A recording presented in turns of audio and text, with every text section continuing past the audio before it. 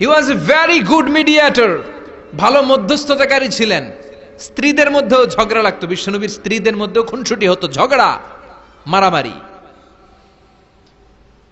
বিশ্বনবীর একমাত্র ভার্জিন কুমারী স্ত্রী ছিল আয়েশা রাদিয়াল্লাহু তাআলা আনহা।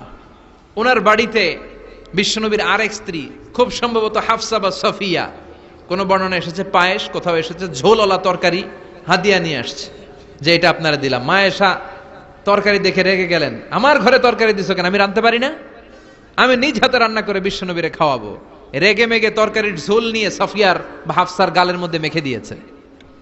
হাফসা যে বিশ্বনবীর কাছে বলি, ইয়া রাসূলুল্লাহ, কুমারী বউ তো আদর করছেন বেশি, লাই দিয়া কই তুলছেন দেখেন।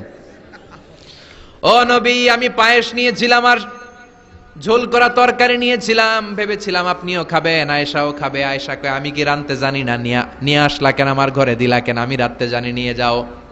শুধু আমার তরকারিটা প্রত্যাখ্যান করে নাই, তরকারির ঝোল আর পায়েস দিয়ে আমার গালের মধ্যে কসমেটিক্স বানায়া দিছে। এই যে গাল দেখেন, দলিল নিয়ে আসছি, দেখেন কি করছে।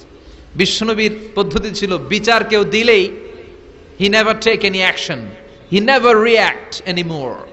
কখনো উনি অ্যাকশনে যেতেন না, উনি দুই পক্ষের কথা শুনতেন। সুবহানাল্লাহ পড়েন।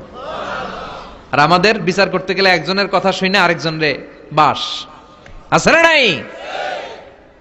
বললেন আয়েশারে ডাকো। আয়েশা, এমন করেছো? করেছি। কেন করেছো? বললে, ইয়া রাসূলুল্লাহ, মাথাটা গরম ছিল, নিজেকে সামলাতে পারিনি গো নবী, সামলাতে পারিনি, আমি ভুল করেছি, আমি স্বীকার করলাম, মাফ করে দেন। বিশ্বনবী বললেন, এবার ঠিক আছে, দুজনের কথা আমি শুনেছি, এবার আমার জাজমেন্ট হচ্ছে কিসাস, মানে যেমন করেছো তেমন, গুতা মারলে গুতা, ঘুষি মারলে ঘুষি, আঘাত করলে আঘাত, ঠিক কিনা? হাফসাকে তুমি যেমনি ঝোল মাখিয়ে দিয়েছো, হাফসা তুমিও বাটি থেকে ঝোল নিয়ে আয়েশার গালে পলিশ করে দাও। হাফসাও সুযোগ পাইয়া ঝোল নিয়ে মাইখা দিছে। এবার দুইজনের গালে কসমেটিক্স। বিশ্বনবী মুচকি হাসলেন, আরশের উপর থেকে খুশি হয়ে গেল কে? এটা হচ্ছে বিশ্বনবীর বিচার করার বুদ্ধিমত্তা। হি ওয়াজ এ ভেরি গুড মিডিয়েটর।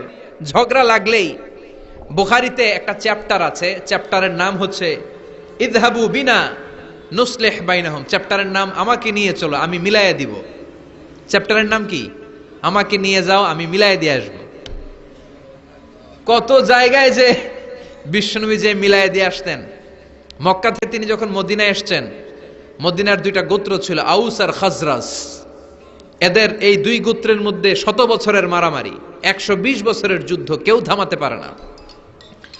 থামাতে পারবে কি করে? বাবা যখন মারা যায়, ছেলেরা বলতো, আমারে মারছিল, তোরাও মারবি। কেউ যখন ইন্তেকাল করে ওসিয়ত করে যেত, আমারে কোপাইছে, তোরাও কোপাবি, কোপায়া সাইজ করে ফেলবি। তো সবাই সবার রাগ আর ঝাল মেটানোর জন্য এরকম ছেলে মেয়েদেরকে ওসিয়ত করে যেত যে এই যুদ্ধ যেন বন্ধ না হয়, আমার প্রতিশোধ তুই নিবি বাবা। এরকম ডাকাইত কিছু লোক আছে না নাই? দাউ দাউ করে আগুন শুধু জ্বালাতে চায়। 120 বছরের যুদ্ধ কেউ থামাতে পারে না। বিশ্বনবী মক্কা থেকে মদিনায় হিজরত করলেন। মদিনায় যে উভয় পক্ষরে নিয়ে বসলেন, উভয় পক্ষের সব কথা শুনলেন। এরপরে কথা শোনার পরে মাত্র 7 দিনের ব্যবধানে বিশ্বনবী 120 বছরের যুদ্ধ মিটায়ে দিলেন। এতদিন পর্যন্ত নিয়ম ছিল, আউসের কেউ খাজরাজের কোনো মেয়ে বিয়ে করে না, খাজরাজের কোনো ছেলে আউস থেকে মেয়ে নেয় না। ওদের আনন্দ ওদের মতো, এদের আনন্দ এদের মতো। এই মিলিয়ে দেওয়ার পর থেকে আউস আর খাজরাজের মধ্যে বিয়ে করানোর ধুম পড়ে গেল। এরা কুরবানির গোশত নিয়ে আউসের এরা খাজরাজের বাড়িতে দিয়ে আসে, খাজরাজের এরা আবার ওট জবাই করলে বড় রান দিয়ে আসে আউসের কাছে। সুবহানাল্লাহ পড়েন।